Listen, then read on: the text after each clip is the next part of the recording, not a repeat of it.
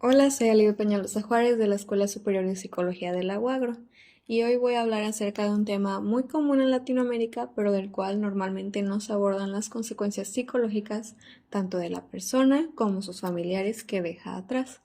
Así es, me refiero a la migración. ¿Qué es la migración?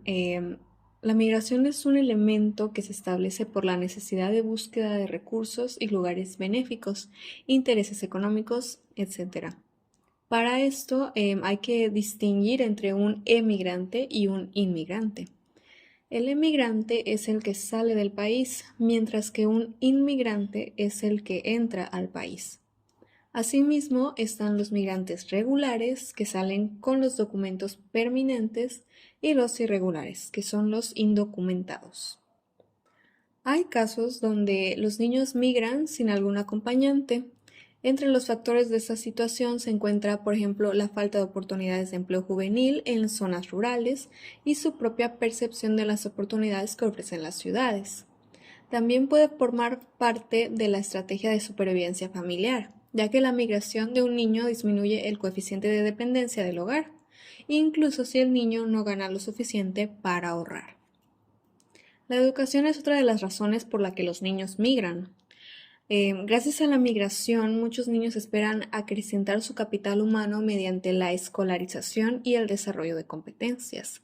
Sin embargo, debido a que los niños que migran de forma autónoma deben valerse por sí mismos, muchos terminan trabajando además de asistir a la escuela, o incluso en vez de asistir a ella. La presión ejercida por los pares es otra de las razones de la migración infantil, además de la violencia doméstica. Como vemos, la migración es un fenómeno que modifica sustancialmente la vida de las personas que directa e indirectamente participan en ella. Es considerada desde el punto de vista económico una de las alternativas que permite mejorar la calidad de vida de los migrantes y sus familias, pero también que conlleva afectaciones de diversa índole. Para el caso de la migración parental y los efectos socioeducativos en los menores estudiantes de secundaria, se concluye que se trata de una migración originada principalmente por la cuestión económica laboral, con la participación de hombres jefes de familia que se van hacia Estados Unidos a trabajar, dejando a su esposa e hijos en la comunidad.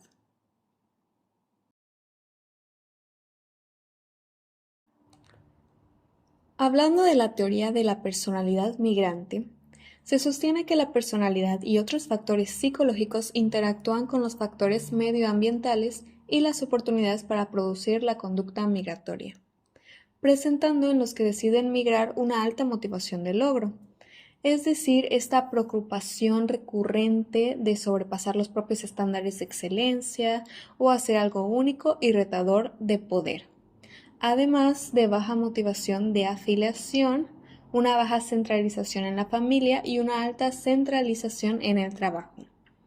Esto a diferencia de la motivación de poder, que se concibe como la preocupación de tener el control o impacto sobre otros. Expresado de otro modo, es este deseo de ser reconocido e impresionar a los demás. Adentrándonos más al tema, sabemos que muchas familias de personas desaparecidas no encuentran nunca esa comprobación de la muerte, por lo que se enfrentan a un desafío mayor para poder cambiar su percepción sobre la presencia o ausencia, pues la ausencia psicológica puede ser tan devastadora como la física. En ese tipo de pérdida ambigua, el ser querido está presente, pero su mente no, y el estrés es excesivo. A medida que persiste esta ambigüedad, aumentan los conflictos, no solo entre los miembros de la familia, sino también entre estos y los médicos, pues la pérdida ambigua también puede resultar de las enfermedades mentales crónicas de algún familiar cercano y de las despedidas poco claras de la vida cotidiana. Un ejemplo demasiado frecuente es la preocupación con el trabajo. Cuando la persona a la que queremos está continuamente obsesionada por el trabajo, esa persona no está disponible de verdad para nosotros. La ausencia psicológica también es un fenómeno de las familias inmigrantes y afecta en especial a los niños pequeños. Con frecuencia los padres y abuelos que han emigrado sienten nostalgia y melancolía y están preocupados por los seres queridos que están lejos. En ese caso no están disponibles del punto de vista emocional para los hijos. Por consiguiente, en las familias inmigrantes los dos tipos de pérdida ambigua, la psicológica y la física, pueden ocurrir simultáneamente en generaciones distintas.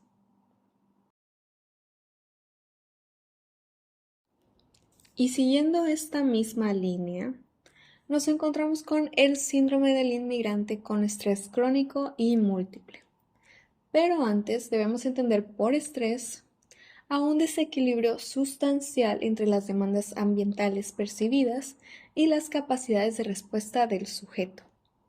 Mientras que por duelo entendemos que es un proceso de reorganización de la personalidad que tiene lugar cuando se pierde algo significativo para el sujeto. Este síndrome se caracteriza por un lado porque la persona padece unos determinados estresores o duelos y por el otro porque aparecen un amplio conjunto de síntomas psíquicos y somáticos que se enmarcan en el área de la salud mental. Podríamos establecer una correlación entre los dos conceptos de estrés y duelo, señalando que el duelo es un estrés prolongado e intenso. Existen tres tipos de duelos. El simple, que es aquel que se da en buenas condiciones y que puede ser elaborado. El complicado, que es cuando existen ciertas dificultades para elaborarlo, y el extremo, que es tan problemático que no es elaborable, dado que supera las capacidades de adaptación del sujeto. Entre los factores que potencian el efecto de los estresores nos encontramos con la multiplicidad, pues no es lo mismo padecer uno que muchos estresores como lo es la soledad, el fracaso y el miedo.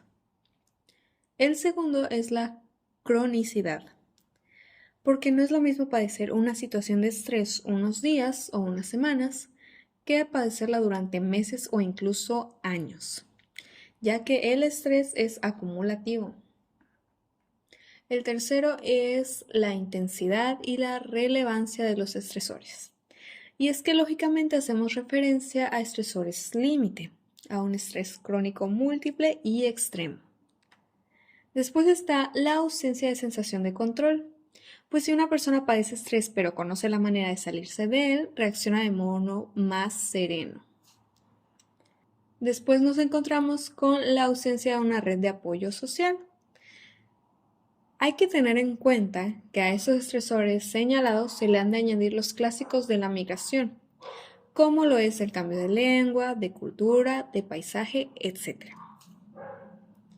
Si hablamos de los síntomas del área de ansiedad, nos encontramos con, por ejemplo, tensión, nerviosismo, preocupaciones excesivas y recurrentes, irritabilidad, insomnio, mientras que los síntomas del área depresiva pueden ser tristeza, llanto, culpa e ideas de muerte. Pues a pesar de la gravedad de los factores estresantes, estas ideas no son frecuentes. En general, el inmigrante posee una gran capacidad de lucha que le hace querer ir hacia adelante incluso en contextos muy adversos.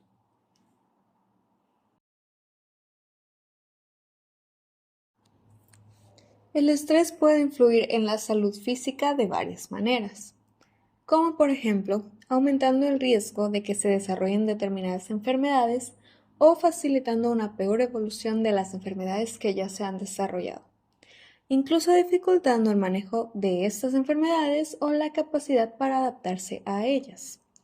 También facilitando las conductas de riesgo como lo son los hábitos alimentarios inadecuados, el sedentarismo, el consumo de drogas legales e ilegales o entorpeciendo la adopción de conductas saludables. El estrés puede influir en la salud cardiovascular de 4 maneras distintas, como facilitador de otros factores de riesgo. Por ejemplo, el tabaquismo o cuando el estrés provoca una reducción de la actividad física que, a su vez, aumenta el riesgo cardiovascular. Como factor de riesgo directo, por ejemplo, facilitando el desarrollo de la aterosclerosis, el desprendimiento de los coágulos y estados subclínicos de enfermedades coronarias como desencadenante de accidentes cardíacos, especialmente del infarto agudo de miocardio. Y por último, dificultando la recuperación de un accidente cardiovascular, empeorando la calidad de vida y facilitando las recaídas, es decir, como factor pronóstico. En esas circunstancias, el estrés puede ser un factor directo de riesgo para la enfermedad cardiovascular por dos motivos básicos. El primero es que el estrés es capaz de provocar en pocos minutos reacciones cardiovasculares intensas como el incremento de la frecuencia cardíaca, además de la tensión arterial o el aumento de la viscosidad de la sangre. El segundo es la hiperactividad del eje hipotálamo, hipofisario, adrenal y del sistema nervioso simpático que caracteriza los estados de estrés puede facilitar el deterioro del endotelio, es decir, el revestimiento interno de los vasos sanguíneos, que a su vez parece preceder a la aterosclerosis.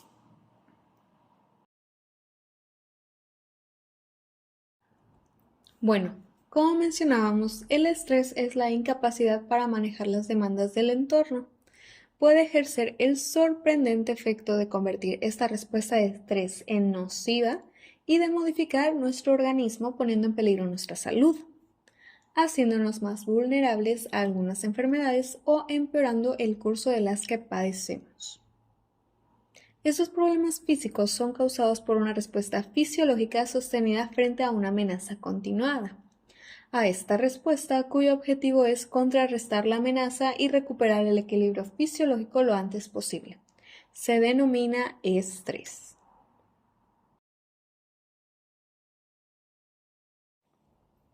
El cerebro tiene un papel muy importante en este tema, pues él controla la respuesta de estrés mediante dos mecanismos. El primero es la activación del sistema nervioso autónomo, que se activa con la respuesta del estrés, el cual se denomina sistema nervioso simpático.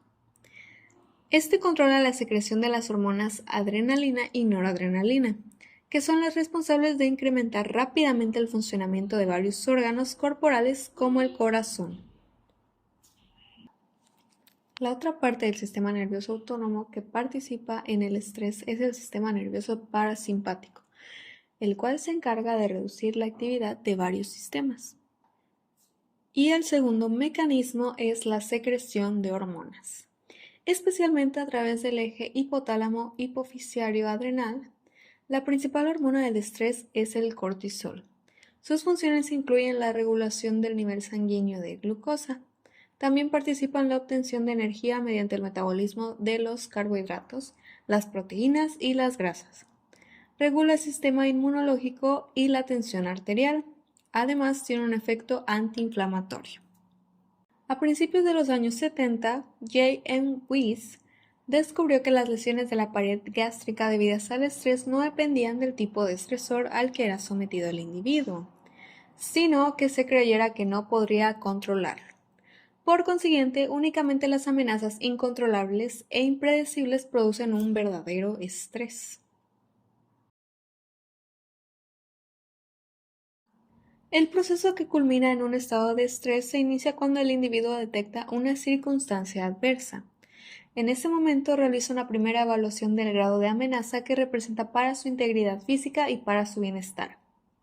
Si la conclusión es que esa circunstancia es amenazadora, la persona inicia una segunda evaluación, que consiste en valorar si dispone de recursos para hacer frente a esa amenaza y si van a ser efectivos.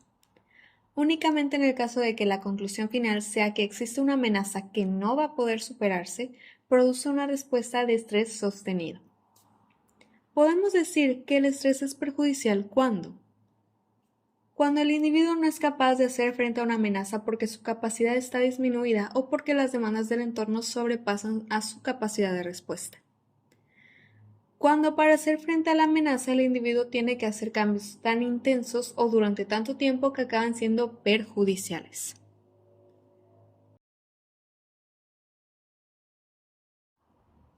Entre los síntomas del estrés encontramos aumento de la sensibilidad, perder el sentido del humor o sentirse desencantado de todo, mostrarse inusualmente reservado, una pérdida de interés en las actividades cotidianas, incluido el contacto social, aburrirse con todo, fumar demasiado o consumir demasiado alcohol, café, fatiga constante que no se reduce con el descanso, sensación de malestar general, difuso con síntomas como dolor de estómago, náuseas, mareo, dolor de cabeza, tensión muscular, dolores intermitentes que cambian de lugar, rechinar de dientes mientras está durmiendo, resfriarse con excesiva facilidad o sufrir infecciones repetidas, pérdida de apetito o tener más apetito de lo normal, dificultad para conciliar o mantener el sueño y reducción del impulso sexual,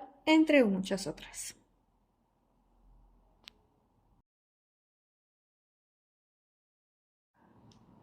El proceso de migración afecta en forma paralela tanto a los individuos que migran como a las familias que dejan en su lugar de origen. En ese sentido, para alcanzar dicho ajuste óptimo, el migrante requiere desarrollar, por un lado, una adaptación emocional afectiva que se refleja en el nivel de bienestar subjetivo y satisfacción al nuevo estilo de vida que adopta y que resulta de las nuevas circunstancias.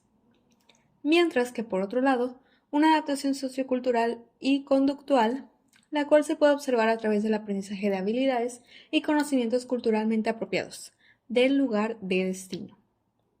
De acuerdo con Ataka y Berry, para que se logre una buena adaptación psicológica, todo depende del tipo de personalidad del individuo, del manejo y del apoyo o redes sociales con las que cuente. Mientras que la adaptación sociocultural depende del conocimiento que se tenga acerca de la nueva cultura, del distanciamiento cultural, de la identidad cultural, la habilidad del manejo del lenguaje de la sociedad receptiva, tiempo de residencia dentro de la nueva cultura y cantidad de contacto con los miembros de la sociedad dominante. Las habilidades, estrategias o esfuerzos cognitivos pueden a su vez organizarse en dos categorías. Habilidades de afrontamiento individual. Estas involucran habilidades típicamente prescritas por la cultura principal, es decir, la que recibe al inmigrante. Habilidades de afrontamiento general. Son habilidades específicas de grupo que se originan de la cultura tradicional, es decir, de donde proviene el inmigrante, y que son determinadas como necesarias para el éxito en el nuevo ambiente.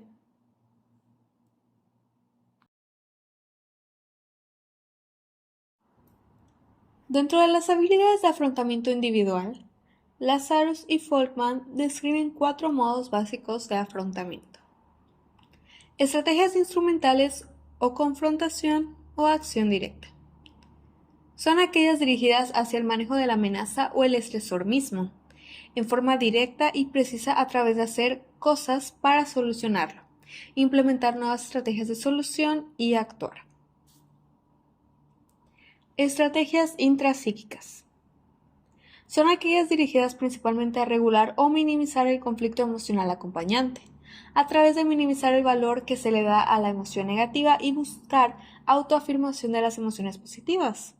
Es decir, buscar cambiar el sentimiento y el pensamiento con respecto a lo que el evento genera en la persona. Inhibición de la acción, escape, evitación. Son aquellas dirigidas a evitar confrontar el evento estresor y sustituirlo por alguna otra acción que haga que se le olvide el primero, con el objeto de que sea el tiempo el que acomode por sí mismo las cosas. Búsqueda de información o solución planeada. Son aquellas dirigidas a buscar cualquier medio instrumental para planear su solución. Por ejemplo, pedir un consejo, movilizar apoyo emocional entre las redes sociales con las que se cuenta, buscar paz interior hablando, escribir los pros y los contras del evento, así como las posibilidades de acción y la viabilidad de las mismas. John McCrae enfatiza que, aunque la forma de enfrentar o afrontar las adversidades depende de las características culturales, como es el caso de los migrantes y su intento por lograr una adaptación sociocultural y conductual, en esencia todos comparten las siguientes características. La mayoría de los esfuerzos de afrontamiento se conciben como respuestas a estresores externos, como enfermedades, divorcio, duelo e internos. Estas respuestas a dichos estresores se consideran conscientes. Además que al afrontar un problema, se propicia el cambio, como respuesta a que se tiene identificado el origen del problema. Bouchard, en su estudio con migrantes, encuentra que las personas que emigran y además manifiestan bajos recursos emocionales, recurren a hacer una valoración primaria del evento y a utilizar más estrategias enfocadas en la emoción para así, con ello, buscan automodificarse para que no les impacte tanto la situación amenazante del proceso migratorio. Por el contrario, quienes tienden a analizar el problema desde diferentes perspectivas, es decir, no nada más a partir de lo que sienten o perciben, sino a partir del hecho o el contenido del problema mismo, comúnmente hacen una valoración secundaria de este y por ello logran hacer una planeación de la estrategia encaminada a su solución. Algunos autores como Aldwin, Stevenson, Lazarus, Folkman, entre otros, coinciden en que lo que las personas hacen o dejan de hacer al tratar con sus problemas puede ser la diferencia para su bienestar. Pues lo importante no es que el problema al que se enfrenta sea de índole catastrófica, imprevista, incontrolable, vital o bien solo una pequeña contrariedad. Lo esencial es cómo los perciben y qué hacen ante esos problemas. Una vez que el migrante ha logrado afrontar los cambios que la inserción de la nueva cultura implica, el proceso migratorio pasa de ser solo un proceso de adaptaciones y ajustes a la adopción de una forma de responder predominante al contexto. A esta forma de responder dentro de la literatura se le conoce como aculturación, y no es otra cosa más que una adaptación cultural. Bien, un migrante puede aculturarse de tres maneras. La primera es asimilándose totalmente a la nueva cultura y olvidándose de su cultura de origen. La segunda es separarse totalmente de la nueva cultura, conservando y practicando las costumbres de la cultura de origen. Mientras que la tercera es como una combinación de ambas, es decir, sí te vas acercando, te vas familiarizando a esta nueva cultura, pero vas conservando ciertas costumbres de tu origen. Por su parte, Sánchez Aragón y Díaz Loving hacen una revisión exhaustiva acerca de cuáles son los estilos de comunicación que los adultos utilizan dentro de sus relaciones y observan una tendencia a que dentro de la literatura la mayoría de los autores tienden a hablar de estilos de comunicación positivos como aquellos que permiten fortalecer el vínculo, desarrollo personal o crecimiento como pareja, mientras que los negativos, refiriéndose a aquellos donde persiste un interés muy personal, poca apertura a escuchar, atender las necesidades y escuchar al otro. Dentro de los primeros, y en lo que respecta a fomentar las relaciones cercanas y redes de apoyo, son dos los estilos de comunicación que suelen expresarse. La comunicación íntima, que es aquella que busca fortalecer el diálogo subjetivo y fomentar el vínculo emocional.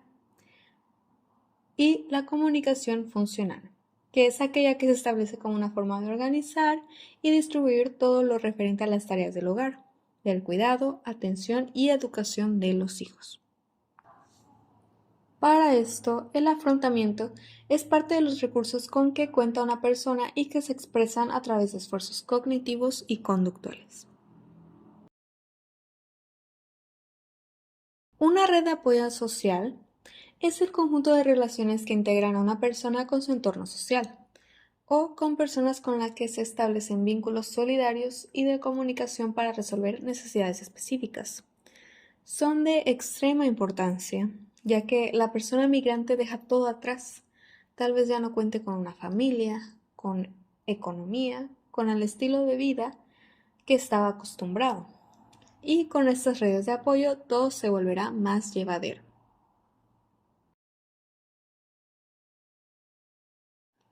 Como sabemos, los migrantes están constantemente en situaciones estresantes y a la capacidad de salir fortalecidos se les llama resiliencia. Según Boris Cyrulnik, para que se establezca un trauma son necesarios dos golpes. será la significación que el primer golpe adquiera luego en la historia personal y en el contexto familiar y social, lo que explica los efectos devastadores del segundo golpe, el que provoca el trauma. Ante la irrupción de un trauma, las personas cuentan con mecanismos de defensa psicológicos, herramientas individuales para intentar hacer frente al dolor que provoca el suceso vivido. En estas condiciones, es altamente probable que imperen mecanismos de defensa que con el tiempo podrían resultar nocivos, como lo es la negación, la omnipotencia, el aislamiento, rechazo, hipervigilancia e ideas irracionales sobre sí mismo. Para tener o construir resiliencia con migrantes será necesario entonces ofrecerles interacciones en las que vean satisfechas sus necesidades básicas, como el descanso, alimento, cobijo, que detecten y recuperen su historia, o en su presente personas que les acepten incondicionalmente, que construyan un sentido a su historia, su realidad y su vida, que utilicen y detecten sus propias competencias y aptitudes, y así encuentren ayuda para, a partir de ello, reconstruir la percepción del valor de sí mismos. Además de que trasciendan el dolor vinculándose con otras personas y reconectándose con la creatividad y el sentido del humor. Martin Seligman expone una clasificación de 6 virtudes que se despliegan en 24 fortalezas para sostener procesos resilientes. Sabiduría y conocimiento, que conlleva creatividad, curiosidad, mentalidad abierta, amor por el conocimiento y perspectiva. Coraje, que conlleva valentía, perseverancia, vitalidad y autenticidad. Humanidad, que conlleva amabilidad, inteligencia social y amor. Justicia, que conlleva la capacidad de trabajar en equipo, equidad y liderazgo. Templanza, que conlleva autorregulación, prudencia y modestia. Y trascendencia, que conlleva apreciación de la belleza, gratitud, esperanza, humor y espiritualidad. Entre las áreas de vulnerabilidad para la atención psicológica en adultos y niños se encuentran el desarrollo social, es decir, dificultades para construirse una identidad social. El desarrollo cognitivo, es decir, efectos de violencia familiar o contextual, detenimiento del desarrollo cognitivo y problemas derivados de la pobre escolarización. El desarrollo emocional, que es la pérdida de un vínculo estable con la familia y la comunidad, ausencia de relación estable de protección y cuidado por parte de una persona adulta. El desarrollo físico, falta de abrigo, exposición a inclemencias climáticas, accidentes y violencia. Falta de garantía de alimentación, enfermedades no tratadas, vulnerabilidad a agresiones sexuales.